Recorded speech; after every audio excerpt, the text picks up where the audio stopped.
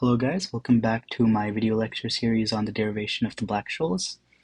In the last video, we were discussing how to find dV, or the infinitesimally small change in our financial derivative price V as a function of S of t, which we have already defined, and time. And I just want to write or rewrite what we have derived. So mathematically, we found that dV is going to be equal to the partial derivative of v with respect to time plus the partial derivative of our financial derivative price with respect to our stock price times mu s plus our second partial derivative of our financial derivative price with respect to our stock price squared times volatility squared, our stock price squared, over 2. And these are all going to be our dt terms. And we're going to add this with a stochastic term, which is going to be our partial derivative of our financial derivative price with respect to our stock price, times our volatility, times our stock price, times our infinitesimally small increment of Brownian motion, or the Weiner process. And I also want to write down our representation of our change in stock price. So this is going to be, as we've discussed before, mu s dt plus sigma s dw.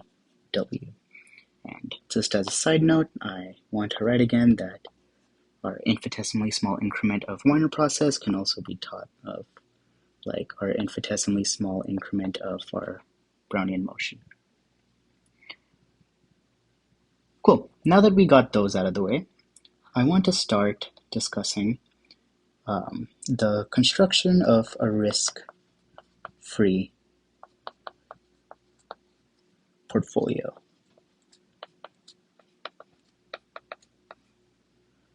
And the reason I want to do this is because I want a fair option price without any stochastic elements. Specifically, I want to get rid of this term before I can finally solve for my financial derivative price. And the way I want to do this, or the way Black, Scholes, and Merton did many years back, was as such. They constructed a risk-free portfolio like this. They said that a portfolio, so this is going to be our portfolio that we are going to construct. And they constructed it with this format. They said that the portfolio is going to consist of our financial derivative V, the price of our financial derivative V, minus a delta amount of our stock price S. So just to write out all the terms, we know that S is going to be our stock price, V is going to be our derivative price, and delta is going to be part of the real numbers, such that it is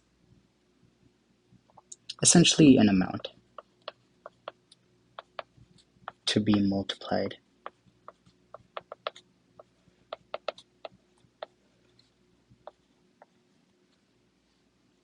by our stock price S. So essentially a way of thinking about this is going to be as follows. We have a portfolio which is denoted as pi over here, which consists of one derivative and a delta amount of shorted stocks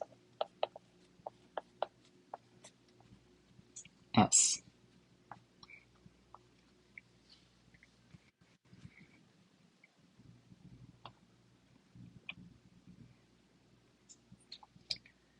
Okay, now that we have that, we can find this in a differential form. So we can get the change in portfolio, which is going to be our change in our derivative price minus a delta amount of our change in stock price.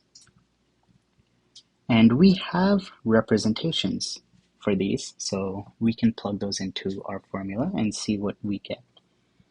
So to represent that, we can write this as our change in portfolio price is going to be equal to dV, which is as follows.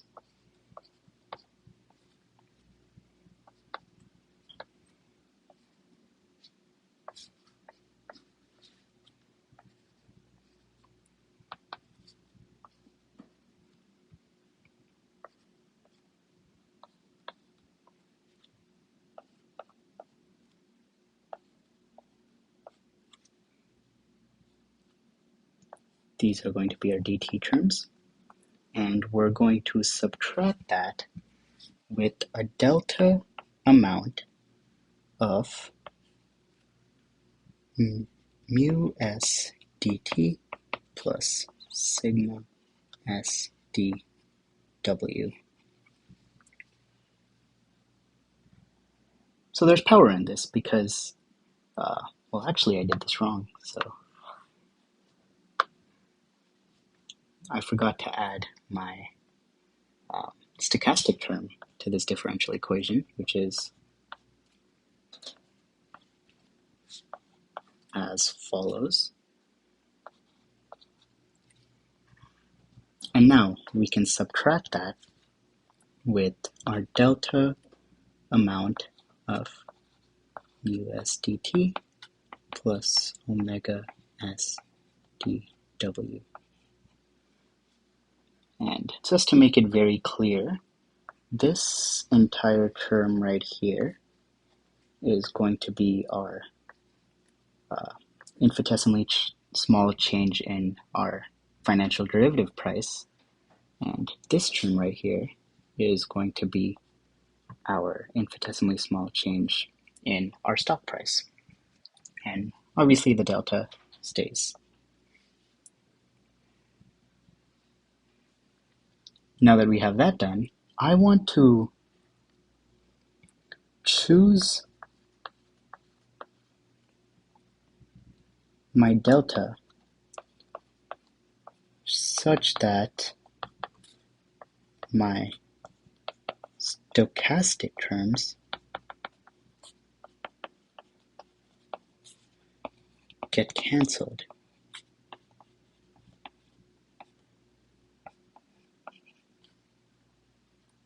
So this is what I want to do. And how can I do that? Well, let's look at our stochastic terms. So we have two stochastic terms.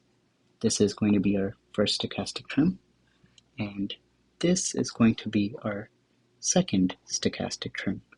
And since we have a negative over here, when we subtract our stochastic terms, we want to get 0, or we want them to cancel out.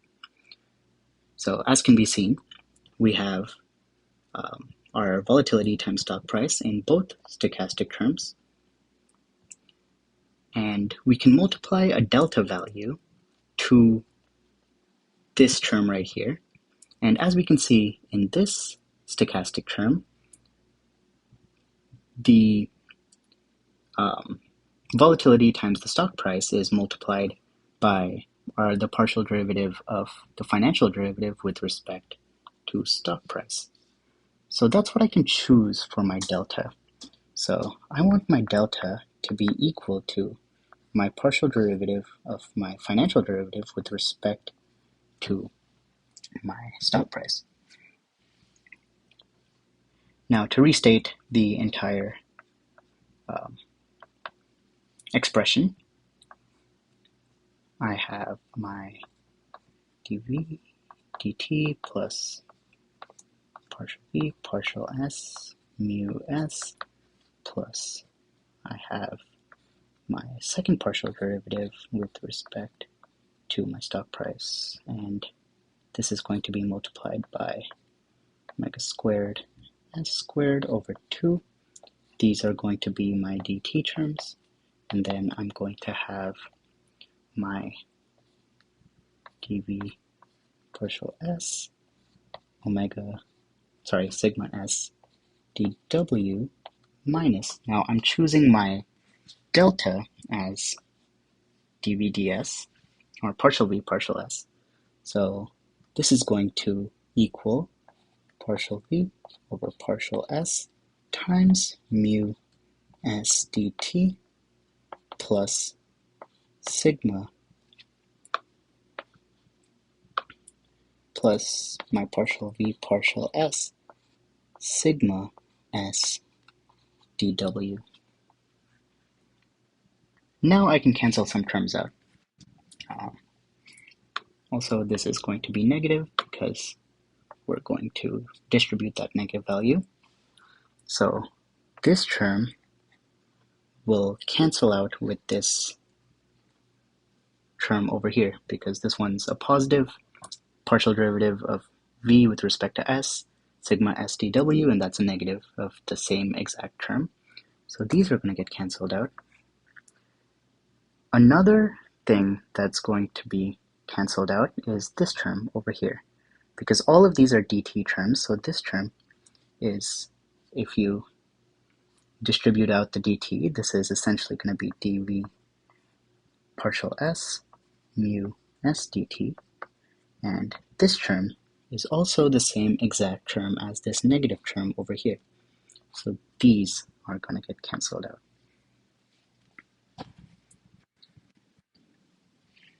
So in the end, what I'm left with is going to be as follows. I have my derivative of my portfolio, my change in portfolio, which is going to be my partial derivative of my financial derivative with respect to time,